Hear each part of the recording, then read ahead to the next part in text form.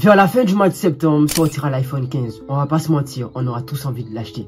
Sans même savoir quelles sont les nouveautés, quelles sont les améliorations, Apple a déjà conquis notre cœur grâce à ses produits. Le côté minimaliste, les prix conséquents, son innovation et même son design. Il y a forcément quelque chose qui fait que Apple arrive à nous faire acheter tous ces produits. Qu'on le veuille ou non, on finira toujours par avoir un produit Apple. Que ce soit un Mac, un iPhone, des AirPods, une Watch, voire même pas tout à vous. Peut-être que je me trompe ou certains d'entre vous diront que c'est faux, mais je pense qu'il y a quand même une part de vérité dans ce que je vais dire.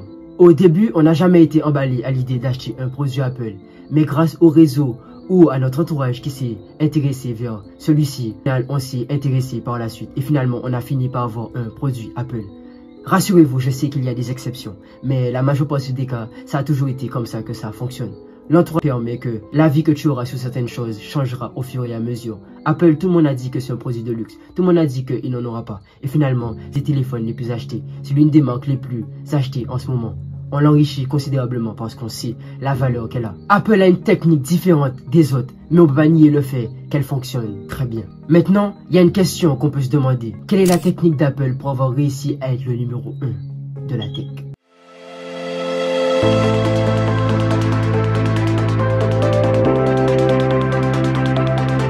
Le début de l'histoire d'Apple. 1er avril 1973, Los Altos, Californie, aux États-Unis. Entre-temps, Apple a bien eu le temps d'évoluer. On le remarque bien avec le premier iPhone et le dernier iPhone à l'heure actuelle. Il y a un changement drastique. L'innovation constante d'Apple réside dans sa capacité à lancer chaque année de nouveaux produits dotés de fonctionnalités améliorées et de design révolutionnaires. C'est l'une des premières stratégies qui permet à l'entreprise de maintenir un intérêt constant de leurs produits chez leurs clients. Leurs produits suscitent un sentiment de besoin chez leurs consommateurs. Nul n'ira autre part une fois qu'il aura goûté un produit Apple, sauf s'il n'a pas le choix, moyens financiers, travail ou manque et surtout un besoin qu'il ne peut plus avoir. Une fois que tu as goûté un produit Apple, t'en détacher, c'est bien plus compliqué qu'une fois que tu as goûté un produit Samsung ou Android. L'atout, l'impact est bien différent. Apple a réussi à impacter tes sentiments, impacter tes envies. Et ça, on ne peut pas le nier. Avoir un produit Apple est bien plus intéressant qu'avoir un autre appareil entre les mains. Même lorsqu'on n'en a pas, on a envie d'avoir un produit Apple. La curiosité, l'envie, le désir et surtout le design. Mais je pense qu'il y a aussi la tendance qui joue un rôle aussi important dans cela. Lorsqu'on voit tout le monde avoir un produit Apple, comme je l'ai dit au départ, on commence à s'y intéresser et ça crée un très grand engouement. Et du coup, on s'intéresse aussi. Sauf si tu n'as pas un mental qui est bien plus différent que celui des autres, tu finiras par tomber dans le panneau d'Apple. Je dis ça, mais je suis tombé dans le panneau aussi. Je dis c'est un appareil Apple. Mais il a son importance, il a son intérêt. Parce que ton travail est bien plus efficace en utilisant un produit Apple que nous utilisant un autre produit qui vient d'une autre marque. Il faut l'avouer.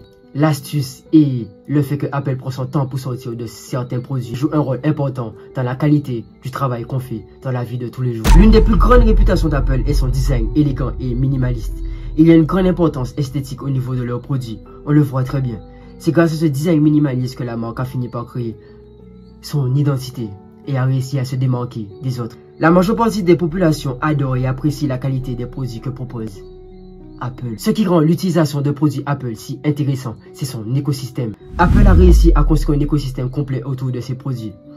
Une facilité à synchroniser son iPhone avec son Mac, son iPad, Watch. Apple a réussi à faciliter l'utilisation de ses produits. Au lieu de se prendre la tête une fois qu'on a chargé un produit et se dire qu'on doit accumuler certaines données qui sont perdues dans d'autres appareils, Apple lui a facilité cela.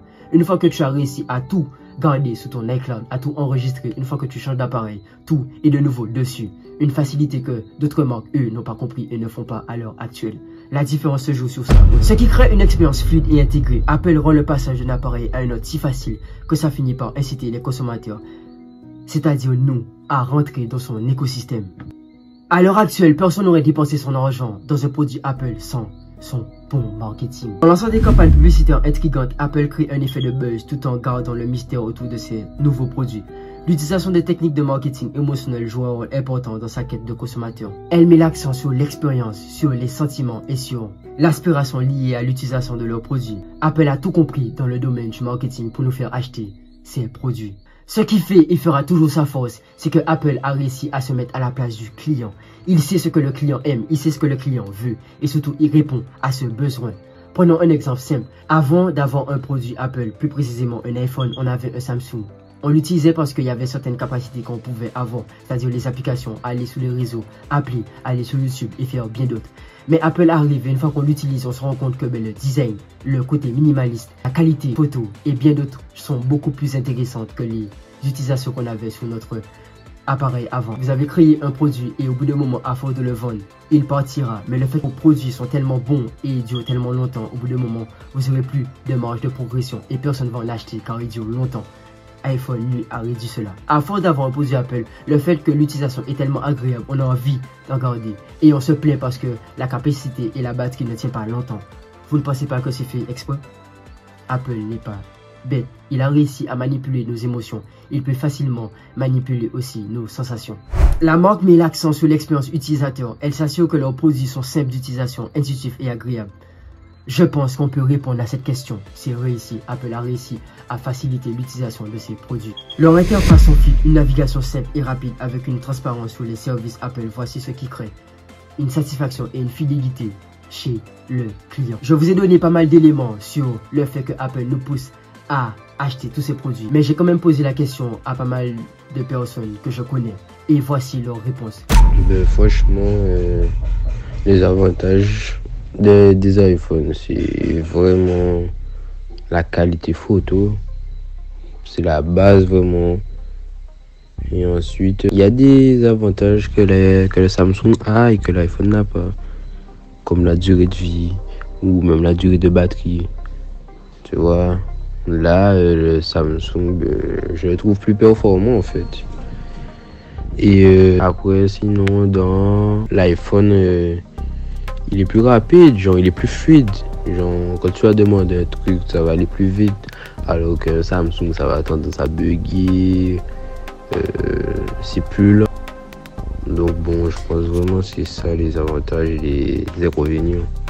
Je pense que certains d'entre vous seront d'accord et d'autres pas d'accord, mais ce qu'il faut avouer, c'est que Apple est très bon dans ce domaine du marketing et a compris quel type de produit sortir pour que les gens soient addicts à cela et en achètent chaque année, voire même jusqu'à la fin de leur existence.